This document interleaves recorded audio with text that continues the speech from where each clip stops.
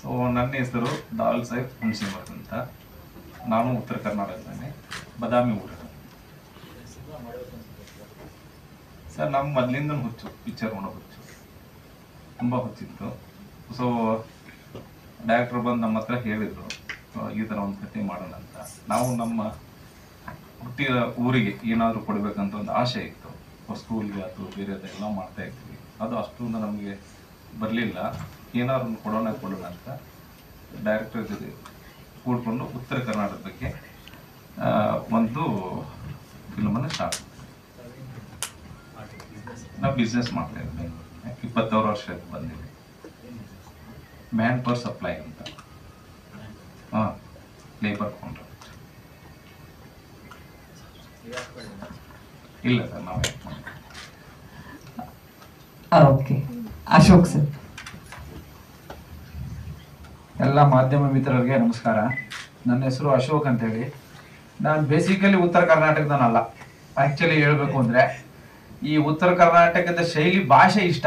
Actually ಅವರು ಸೊಗಡು ಇಷ್ಟ. ಯಾಕಂತಂದರೆ ನಮ್ಮಲ್ಲಿ ಸ್ವಲ್ಪ ರೂಢ ಭಾಷೆ ಬರುತ್ತೆ, ಬಟ್ ಅವ್ರ ಭಾಷೆನಲ್ಲಿ ಸ್ವಲ್ಪ ಮರ್ಯಾದೆ ಭಾಳ ಜಾಸ್ತಿ ಕೊಟ್ಟು ಮಾತಾಡ್ತಾರೆ. ಜಾಸ್ತಿ ಏನಾರ ಇದಾದರೆ ಬೇರೆ ಥರ ಮಾತಾಡ್ತಾರೆ. ಅವ್ರು ಎರಡು ಥರನೂ ಓಕೆ. ನಾವು ಈ ಪಿಕ್ಚರ್ ಲೈನಿಗೆ ಬರ್ಲಿಕ್ಕೆ ಕಾರಣ ನಮ್ಮ ದಾವಲ್ ಸರು, ನಮ್ಮ ಗಿರಿಜಾ ಮೇಡಮು. ಅವರು ಮಲ್ಲಿಕಾರ್ಜುನ್ ಸರ್ ಬಂದು ಕತೆನ ಹೇಳಿದ್ರು. ಸೊ ಕತೆ ನಾನೇನು ಜಾಸ್ತಿ ಏನು ಇದು ಮಾಡಿಲ್ಲ, ಏನೋ ನಮ್ಗೆ ಒಂಚೂರು ಸಾಥ್ ಕೊಡಿ ಅಂತ ಕೇಳಿದ್ರು. ಹಾಗಾಗಿ ಉತ್ತರ ಕರ್ನಾಟಕಕ್ಕೆ ಒಂದು ಪ್ರೋತ್ಸಾಹ ಕೊಡೋಣ ಅಂತೇಳಿ ಈ ಲೈನಿಗೆ ಬಂದಿದ್ದೀನಿ. ಓಕೆ, ನಾನು basically land developer, real estate. ನಮ್ದು ಸ್ವಂತೂರು ಬಂದು ತುರುವೇಕೆರೆ.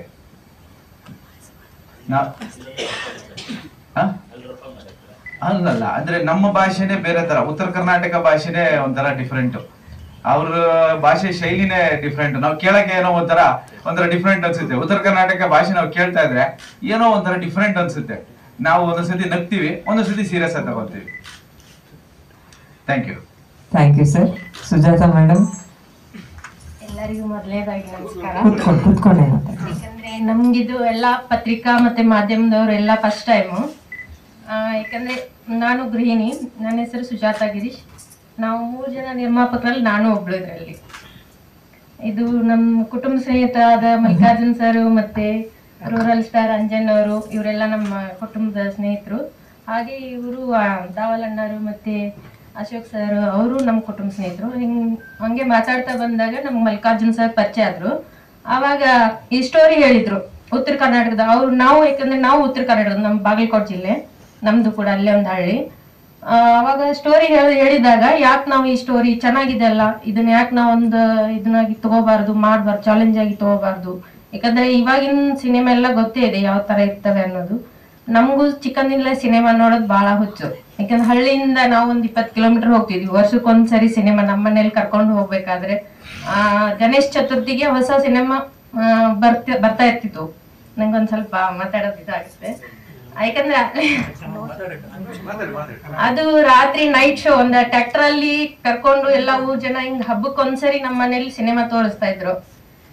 ಅದು ನಮ್ಗೆ ಬಹಳ ಖುಷಿ. ಯಾಕಂದ್ರ ಸಣ್ಣವರಿದ್ದಾಗ ಅವು ಅಪ್ಪ ಕರ್ಕೊಂಡು ಹೋಗೋದು, ಈ ತರ ವರ್ಷಕ್ಕೊಂದ್ಸರಿ ಸಿನಿಮಾ ತೋರಿಸ್ತಾರಲ್ಲಪ್ಪ, ಇದೇನು ಯಾವ ರೀತಿ ಇರ್ತದ ಅಂತ ಹೇಳಿ ನಮ್ಗೆ ಒಂದು ಖುಷಿ ಇರ್ತಿತ್ತು. ಅಷ್ಟು ದೂರ ಆಗ ಬಂದಾಗ ಸರ್ ಪರಿಚಯ ಆದಾಗ, ಯಾಕೆ ನಾವೊಂದು ಸಿನಿಮಾ ಈ ತರ ಸ್ಟೋರಿ ಇದೆ, ನಮ್ಮೂರ್ ಕಡೆದೇ ಇದೆ, ನಮ್ಮ ಉತ್ತರ ಕರ್ನಾಟಕದ ಇದೆ, ಆ ತರ ಇದ್ದಾಗ ನಾವು ಇದನ್ನ ಯಾಕೆ ತಗೋಬಾರ್ದು, ಚಾಲೆಂಜ್ ಆಗಿ ತಗೋಬಾರ್ದು ಅಂತ ನಾವೆಲ್ಲರೂ ಸೇರಿ ಒಪ್ಕೊಂಡಿದ್ದು.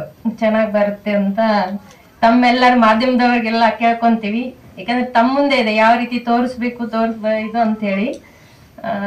Thank you sir. ಇಷ್ಟ ಇಲ್ಲ ಸರ್, ಇವಾಗ ಮನೇಲಿ ತುಂಬಾ ಇದಾವೆ, ಆದ್ರೆ ಆ ರೀತಿ ನೋಡುವಂತ ಸಿನಿಮಾಗಳ ಕಥೆಗಳು ಇಲ್ಲ.